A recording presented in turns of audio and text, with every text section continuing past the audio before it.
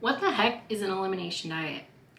After today's video, you'll walk away knowing what an elimination diet is, why they're a useful tool, and also a few different versions of elimination diets that you might be able to use in your own life. I've used elimination diets myself to be able to find out what foods work well for me, and so I'm continuing to learn and hope that this video will be helpful for you.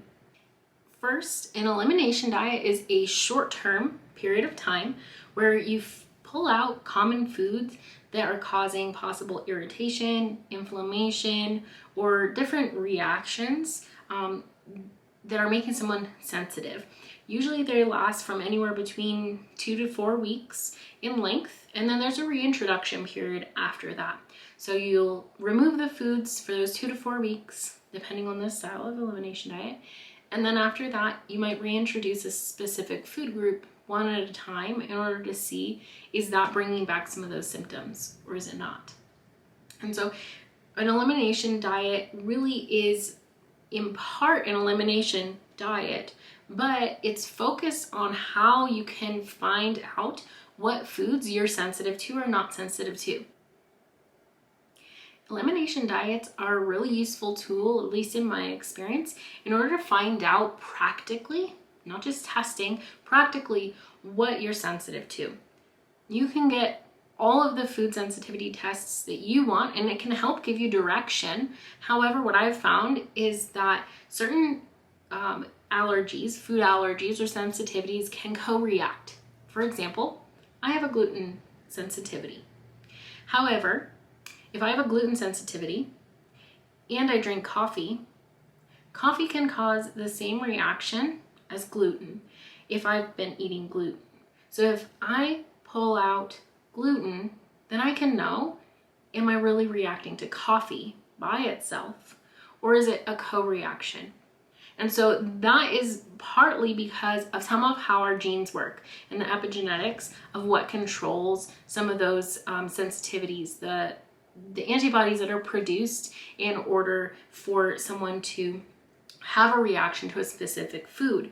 And if one gene gets turned on, other foods have similar compounds in them that can cause that to react with that antibody that is being produced for the original sensitivity. And so that's why really it's very helpful to do an elimination diet to start out with if you're trying to identify what types of foods you should be eating or shouldn't be eating for your own body type. And right now, our bodies change throughout our our life.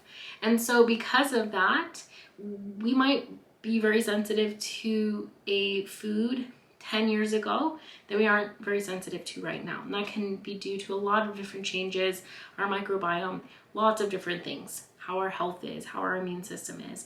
And so some of those things can fluctuate. So what I've personally used elimination diets to do is to find out what foods I do best with and do well with and don't. And sometimes these can be done kind of cyclically, maybe every 5 years, in order to see if some of those food sensitivities you had have gone away or remained.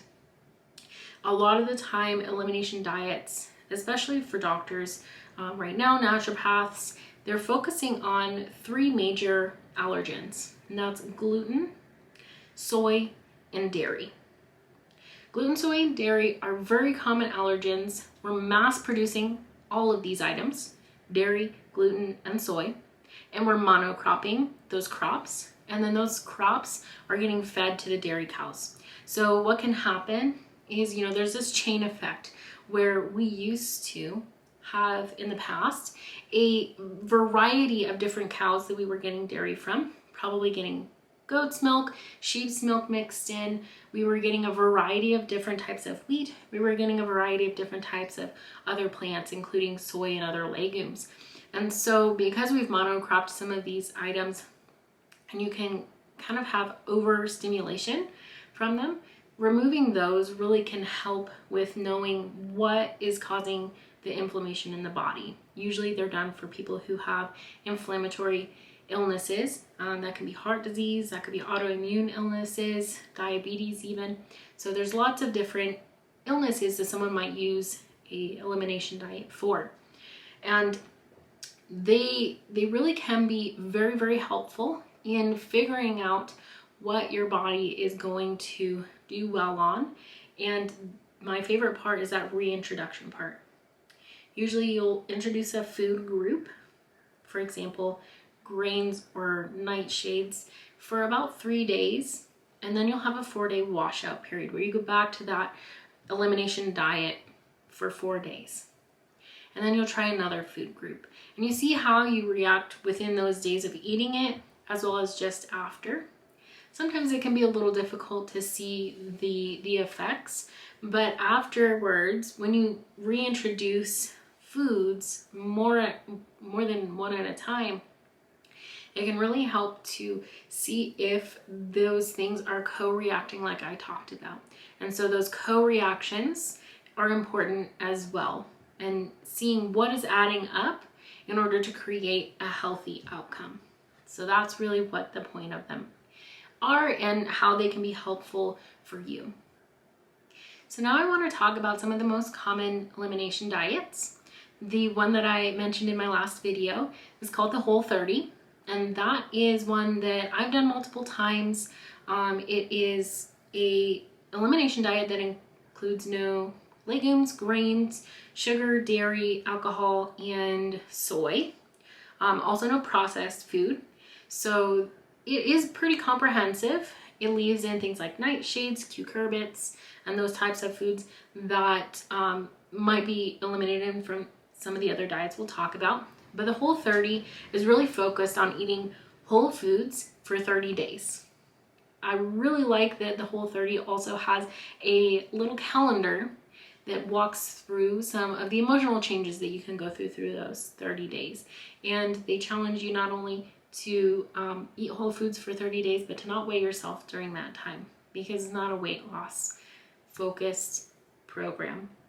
It is focused on eating well, eating nutrient-dense meals, and for it to also help to regulate blood sugar. So that's one of their focuses. So I've seen really good results with that personally, but there are some situations where you might not know that dairy is in a certain item, and then you continue to eat that. So it can be difficult if you don't have all of the information, or you're still eating out and there's still that uncertainty of what ingredients are in some of your meals. So just keep that in mind. Now the next one that I want to talk about is called the plant paradox. Now this elimination diet is a little different, and what it does is it's specifically suited to people who often have autoimmune illnesses. Now the plant paradox works under the premise that plants have lectins. Lectin really just means protein. So there are specific proteins in certain foods that some people tend to react to. And so the premise that Dr. Gundry, who developed the plant paradox, is using is to eliminate foods that have similar proteins within them. And that includes things like nightshades, grains. He uses specific types of dairy, but most dairy is eliminated. No seeds, and only specific nuts. So he's removing a lot of foods that people are going to be reactive to. That includes things like wheat, dairy. Like I said, he has very specific dairy recommendations, and that's because, like I talked about, he only recommends dairy that's often goat or from out of the US, because dairy made in the US often is in these grain-fed facilities. So the plant paradox is something that I've tried, my father has also done, and so there have been really good results with it. My father was able to put his autoimmune illness into remission using that specific diet. And so that's been really helpful in being able to determine what foods my father can and can't eat, because the Whole30 got close, but it really wasn't eliminating things like nightshades. And there is a tendency for autoimmune patients to react to nightshades. Next, I want to talk about the Paleo diet. Now this is an elimination diet that's really not an elimination diet, but it's a style of eating, and it's a lot more lax than some of these other elimination diets. Paleo is taking it back to Paleolithic eating.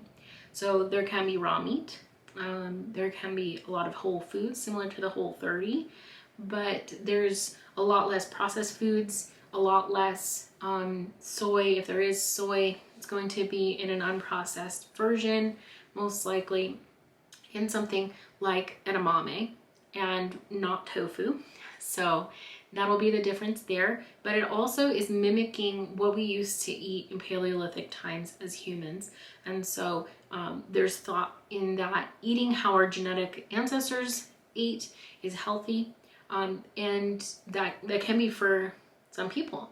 And so there is also the autoimmune paleo diet, which is kind of sort of connected to this as well. It's very interrelated, but it also removes nightshades.